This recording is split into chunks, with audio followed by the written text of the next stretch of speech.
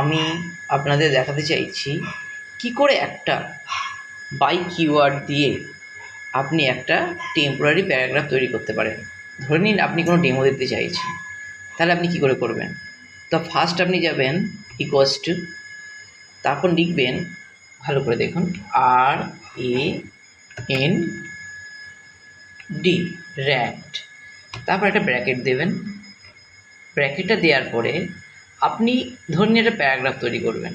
ধরে নিন 2,3 করলাম, 2,3। আমি জিনিসটাকে জুম করে দেখিয়ে দিচ্ছি আপনাদের যাতে দেখতে সুবিধা হয়। এই দেখুন, তাহলে দিলাম ইকুয়ালস টু র্যান্ড 2,3। তো এবার আপনি একটা এন্টার মারবেন। দেখুন এন্টার মারার পর আপনি কি দেখতে পাবেন, দেখুন ভালো করে লক্ষ্য করুন, একটা 2,3 একটা প্যারাগ্রাফ চলে এসেছে। ঠিক আছে, দেখেছি?